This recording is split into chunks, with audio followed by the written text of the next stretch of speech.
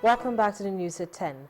Anambra State Governor Willie Obiano has begun a tour of the 21 local government areas of the state to ensure even development in all the councils. Governor Obiano assured the people that his administration will continue to improve on security, infrastructure and social welfare of the citizens. Governor Willie Obiano of Anambra State in a jubilant mood with his kinsmen. At the Onitsha South Stadium, the governor is received by the party faithful, chiefs, men and women of the commercial city. He also stops by at 5 other local government areas of the state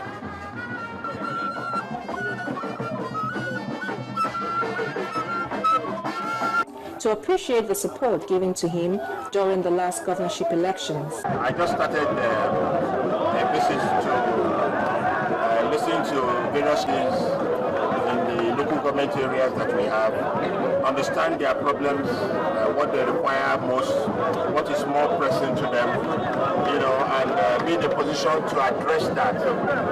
That is my style of governance. I don't want to assume that they will like this or like that. I want to touch base with them, and that's exactly what I'm doing.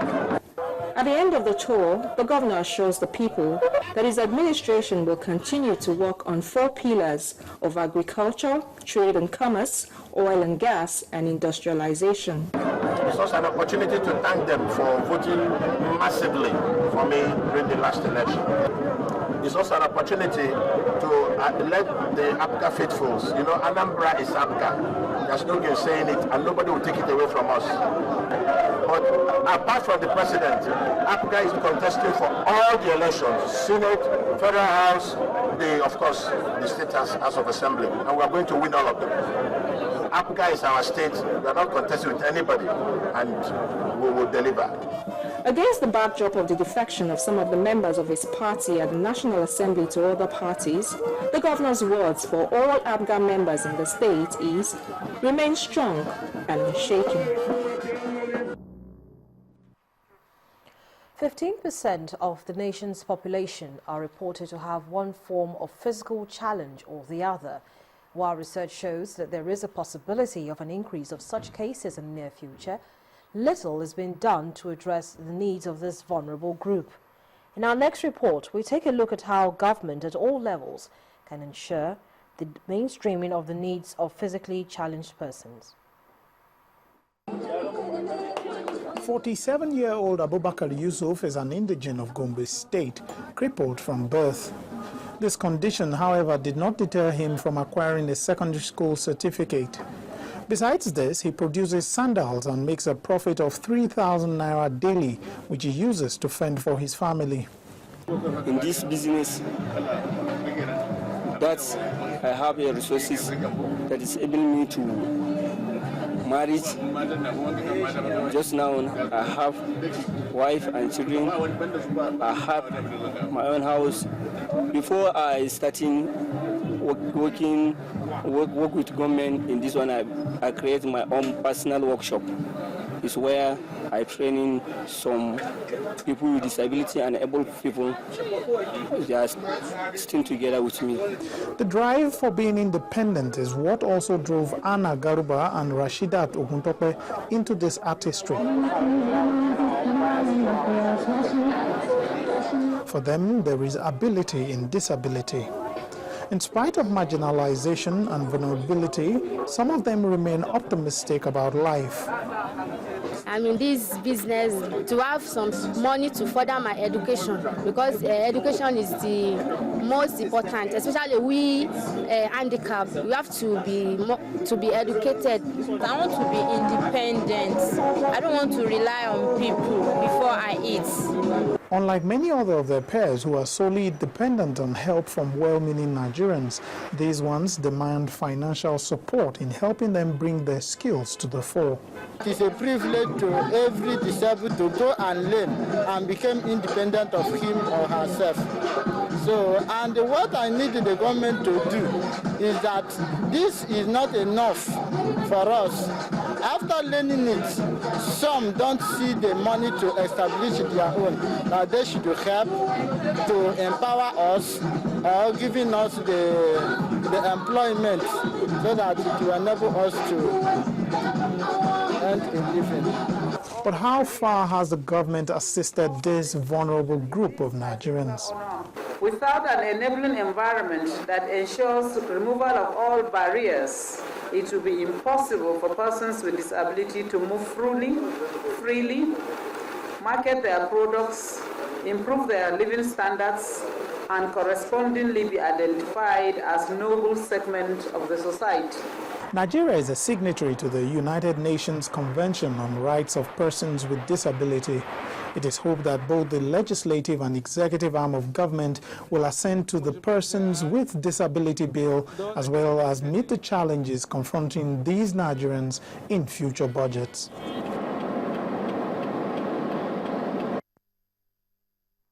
As the deadline date for the migration from analog to digital broadcasting looms, the National Broadcasting Commission has stressed the need for operators in the nation's advertising sector to be ready to leverage on the immense opportunities digitization will offer them.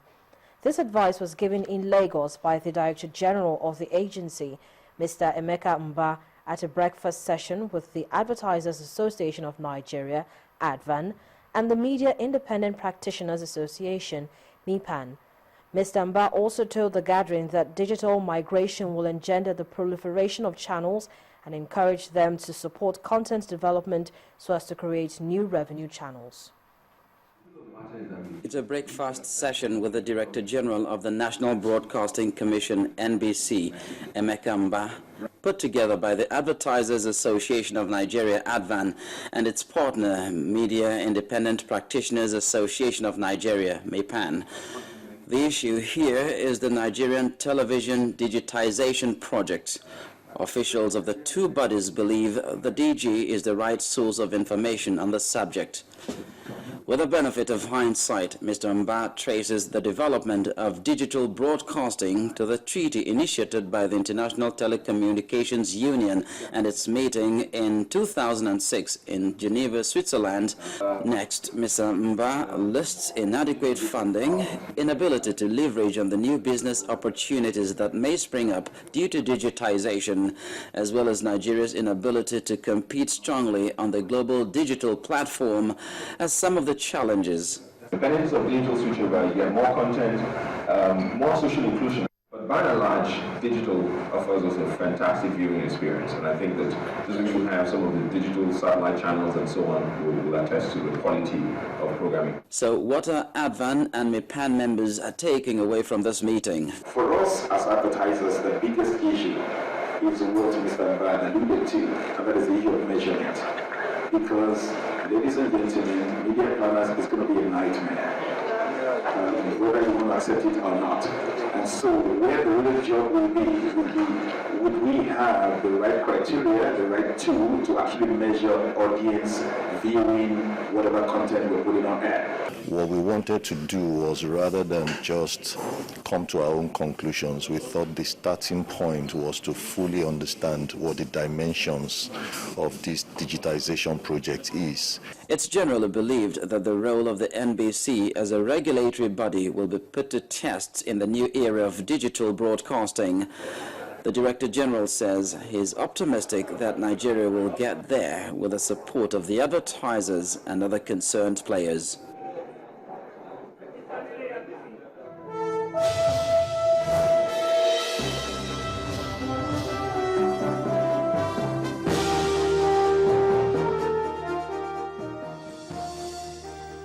Welcome to Business News.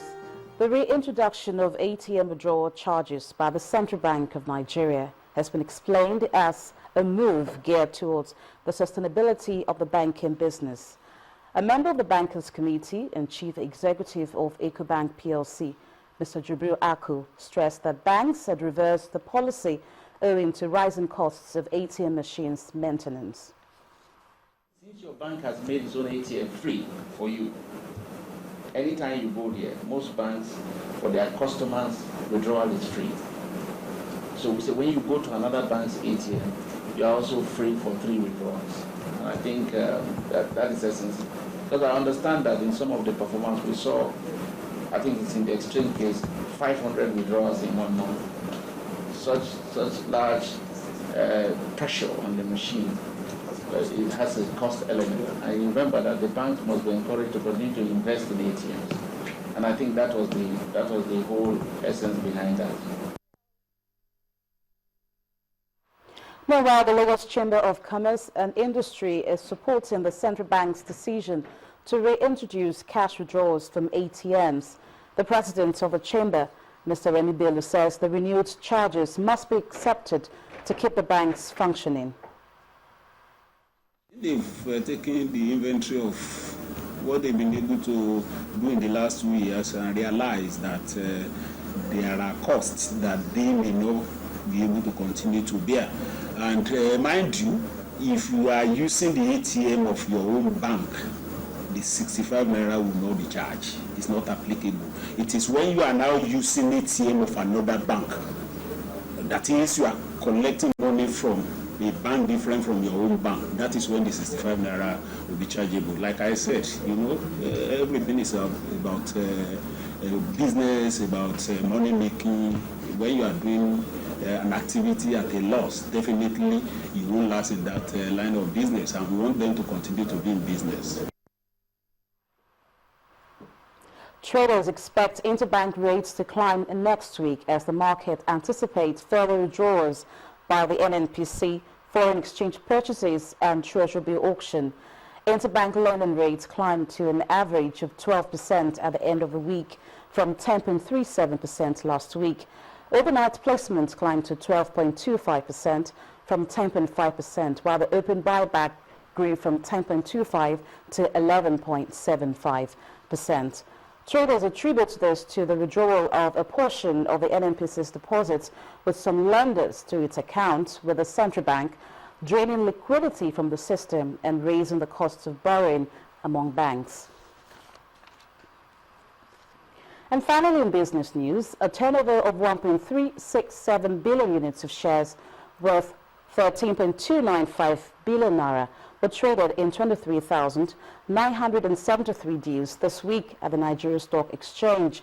This is in contrast to 1.430 billion shares valued at 29.185 billion naira in the previous week. The benchmark index and market capitalization dropped by 2.86% to close the week at 41,380.05 and 13.64 trillion naira each. Market analysts are of the opinion that the slide in the key index was owing to some not too impressive earnings released by quoted companies. The financial services sector recorded the highest volume of shares of 1.053 billion units, valued at 7.267 billion naira. It comes ahead of the conglomerates and the consumer goods sectors. On the advances table, Premier Brewers topped the chart with 30 kobo gain, Favadeco added 29 kobo, while paints and coatings manufacturers gained 14 kobo. On the laggers list, Associated Bus Company dropped 15 kobo from its share price ahead of Cornell and UNDP Real Estate Investment Trust. And that'll be all on the news at 10.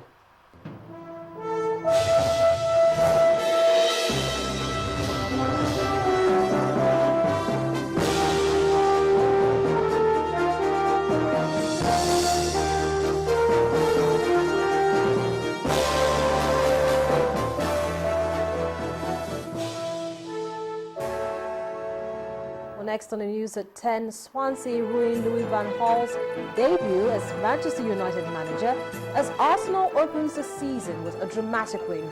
That's on Sports News. Please stay with us.